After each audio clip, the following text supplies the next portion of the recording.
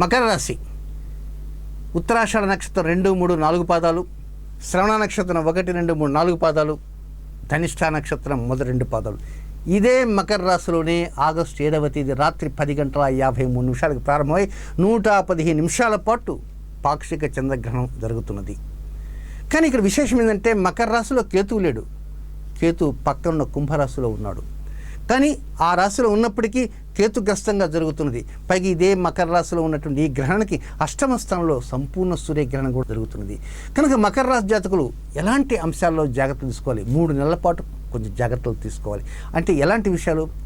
మీ మనసుని కట్టుదిట్టం చేసుకోండి, అనవసరమైన ఆలోచన పెట్టుకోవద్దు, అనవసరంగా భీతి చెందకండి, జరిగేది ఎట్లా జరుగుతుంది అనేటువంటి ఒక భరోసాతో ముందుకు వెళ్ళండి.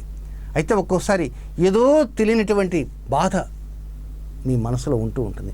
ఆ బాధను తీసి గట్టిన పెట్టేసేయండి, ఆనందంగా ఉండండి, లేనిపోని విషయాల గురించి కుమిలిపోకండి. అప్పులు ఉన్నాయి నిజమే, అప్పులు ఇవ్వాలి నిజమే, శత్రువులు ఉన్నారు నిజమే, అమ్మాయి పెళ్ళిడికి వచ్చింది నిజమే, అబ్బాయికి ఉద్యోగానికి డబ్బు కావాలి, వ్యాపారానికి డబ్బు కావాలి, ఇక ఇంట్లో ఉన్న కుటుంబ సభ్యుల్లో ఎవరికో ఏదో అనారోగ్యం ఉంది, ఇంటెద్ద కట్టలేకపోతున్నారు, సమస్యలు ఎన్నో ఉంటాయి. వీటి గురించి ఆలోచన చేస్తూ చేస్తూ చేస్తూ మగ్గిపోకండి. మీ ఇష్ట దైవం ఏదో ఉంటుంది, ఆ దైవం మీద కాసేపు ధ్యానం చేస్తూ ఉండండి. అనవసరమైనటువంటి విషయాల మీద ఎక్కువ దృష్టి ఉంచకండి. సరదాగా మాట్లాడిన ప్రయత్నం చేయండి, హాస్యంగా మాట్లాడేటువంటి వ్యక్తులతో కొంచెం మాట్లాడండి, హాస్య సినిమాలు చూడడానికి ప్రయత్నం చేయండి, సంగీతం వినడానికి ప్రయత్నం చేయండి తప్ప ఒంటరిగా కూర్చొని మాత్రం ఆలోచన చేయవద్దు.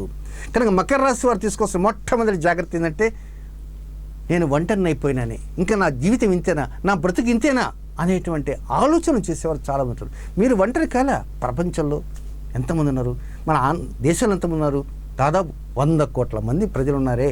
కనుక కాసేపు ఆనందంగా టీవీ చూడటం ప్రయత్నం చేయండి తప్ప ఒంటరిని అయిపోయినానే, అట అయిపోయినాని, ఇలా అయిపోయినానని చెప్పి రంగనాథ్ గారిలాగా అదేదో చేసుకున్నామంటే ఆలోచనకు మాత్రం రాకండి.